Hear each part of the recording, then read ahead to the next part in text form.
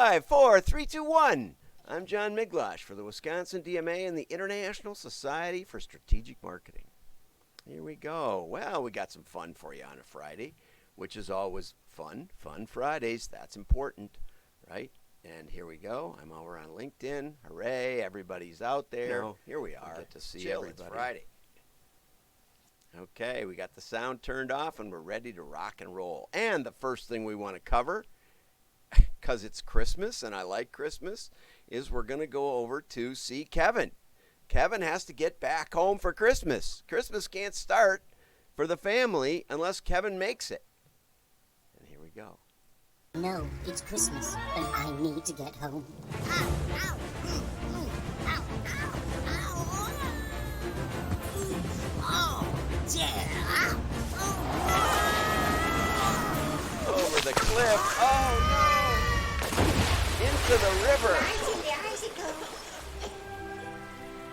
Christmas without Kevin just wouldn't be the same.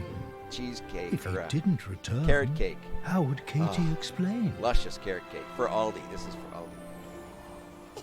Kevin the carrot? What are you doing here? Santa. Santa Let's finds get Kevin the you. carrot. I've got an idea. Ooh, hedgehog. Full moon tonight. Oh, he rides the ET bicycle. That magical moment was finally here.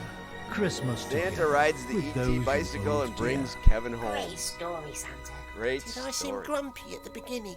Well, you can be a bit prickly. Merry Christmas, everyone. Okay, way to go. Like Christmas. There's nothing quite like Christmas from Aldi. And I just love those. I get teary-eyed watching them. So I hope, in the grand scheme of things, right? How long have we been celebrating Christmas? Well, depending on what you think on the dating, which I have spent years thinking about, we're probably past 2,000 years of Christmas, right? 2,000 years. Just keeps going, and we're still celebrating. So how cool is that, right? That's great. Okay, so let's go on. And here was another kind of optimistic story that I really liked. It's over here on the PDF. Fake ad traffic dips. And I don't think dips is the right word for 90%. Fake ad traffic plunges 90%. John Glenday, you needed a different adjective there or something, a different verb. Okay, according to the Anti-Fraud Project. And yesterday, maybe I sounded a little, skeptical or something because ad fraud is supposed to hit $35 billion this year. And if that's true, ad fraud will now eclipse credit card fraud, which we all know about, LifeLock and all the commercials. Ad fraud, credit card fraud is about $26 billion worldwide. Ad fraud is going to be $35 billion. It's going to be 25% higher than, almost 33% higher than credit card fraud. What am I talking about? 25 to 35. That's like 50% higher. That's whoopee. That's way beyond it. Way to go, Digital Ad Network. Had a great time yesterday with teaching someone about our modeling process, and we were talking about digital and how some of the catalog consultants have basically advised clients to the catalog industry is dead. You got to go digital. It's just dead. There's no hope. Quad was down 28%. I didn't put that up as a story. Okay, so, the deer hunter guy found a big deer on my property, so he's got a picture today. Catalog industry is dead. Catalog industry is not dead, and in fact, anybody with a brain says, well, where is the best avenue to get engagement? I'll tell you what, it's not where everybody is. It's where somebody isn't. When digital was, everybody was talking digital, some of the outdoor campaigns were great. Just on Halloween, Twitter did outdoor in London. Outdoor ads. Yeah, Twitter. And TikTok. where it's all different. Everything's going to be different about TikTok. And Mark Ritson pointed out that TikTok put up a big ad in Piccadilly Circus, right in the middle of, London. Outdoor ads. Okay? So I'm not saying catalog is everything for you. If you have one product, catalog is not everything. Looks like my focus has gone berserko. I think it's set on auto and I don't have enough light here. But anyway, just have to bear with me. So, if everybody's over here, the price per contact goes up. Probably the fraud goes up. Not a lot of fraud in catalog, right? Not a lot of fraud in mail. The post office does deliver it. And you say, well, what about all these allegations of postal fraud? No, that's not what the problem is. The problem is in a couple of places, just a couple of places in the country, you can dump 100,000 votes and no one will mind. And no one will watch. That might be an issue. And statistically, we should be able to figure that one out really easily. But it wasn't the USPS. They did a tremendous job. So if you want to try something different that gets you away from the fraud, try mail. It also raises engagement because our brain has 10 times more neuroreceptors than sight receptors. Believe it or not, digital only has sight, but mail has touch and smell if you want. And it sits there until you're ready to look at it. And the decision maker looks at it in the home. It's not just anybody that can throw the mail out. Everybody thinks, well, the mail just comes and we throw it all out. No, we don't. We sit it on the counter until the decision maker comes home. It's always been that way in my household. I get the mail, sure, but I don't read it. I don't even open it mostly. So it's going to the decision maker. You can't guarantee that with a TV ad. You can't guarantee that with a digital, right? Right? You can drop a cookie on somebody and think they're the decision maker, or you can drop a cookie on somebody and think that they saw it, and you can drive incredible attribution, makes it seem like it's all working, but it's baloney. In mail, the decision maker looks at the mail, and that's the way it is.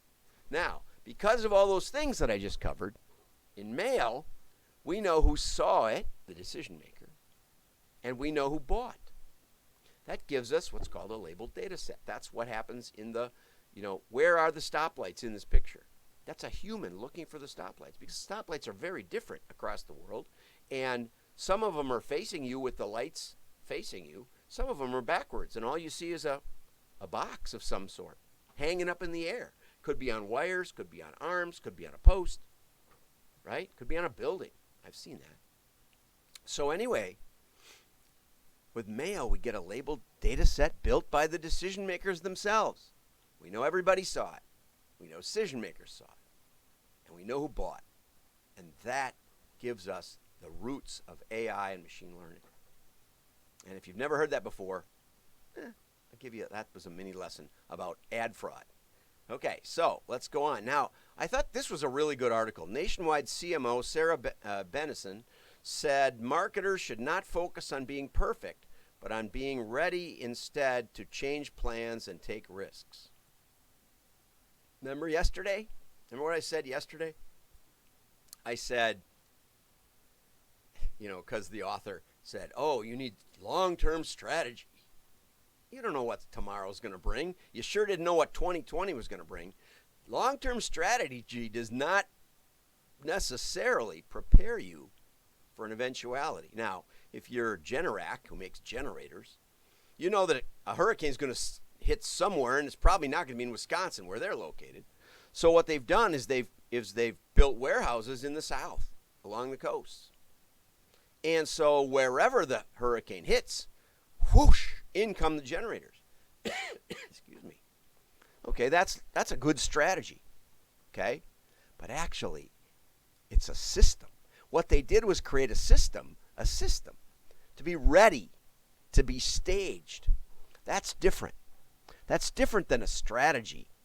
Strategy is we're planning for stuff. No, this is pre-positioned inventory where it's going to matter. Okay? It's going to matter. Now they can still get, if there was an earthquake or something else, a big blackout, they can get generators from there, all across the country. They have a lot of extra inventory. That's key because they realize that their business model is emergency generators. Emergencies. That's what drives people to buy a generator. They may buy it later, but they decide to buy it when they don't have any power for 4 or 5 days. Okay?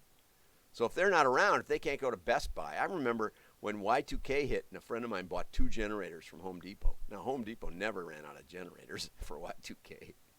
And he said, I'm going to sell them to my neighbors for a lot. I'm going to make a lot of money on those generators. Yeah, okay, that's right. I tried to explain to him why that wouldn't work. But anyway, so Sarah says, throw out your marketing plans.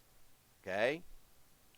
COVID-19 makes the world unpredictable. Unpredictable. You know what? Here's something for you to put in your pipe and smoke it. The world is unpredictable. What's the biggest problem with machine learning? Tomorrow will be just like yesterday, except if it isn't. And then you got to adjust your models to something you have no history for. You have a new world. And to a certain extent, it's true every day. But it's, there's some true. And the more you know, the better you can adjust. And you can find glimmers of hope sometimes that can be exploited in times of struggle, right? So, that's a good thing.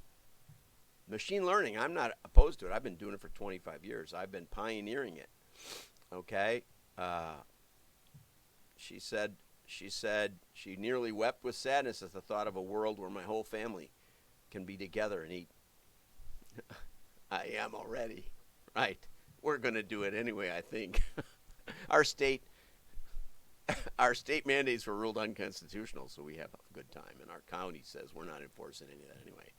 He says, great marketers must not be afraid to change their plans. Okay? It's more important to do something than it is to sit there. Okay? And you got to start with actions, not just words. Okay? So, I've been puttering at social media for, I don't know, since 2012 is about right. And I now have about 600 videos on YouTube. People ask me if I ever made any money. Well, I got a $140,000 project just from one video. So that kind of covers a bit. And I'm working on a couple projects right now just from the video. So I'm pretty happy with that, and I enjoy doing it. It gets me out of bed in the morning. But I now have a system. So, I had a system which was do presentations, go to cities where I wanted to have business and do presentations and get a venue and get people to come. And we had some really nice ones, and we had, 40, 50 people. And in a world where the direct marketing associations have gone under, it was a really good plan, and I got a lot of LinkedIn connections. But then that stopped. So what did I do? Well, I'll go over here to the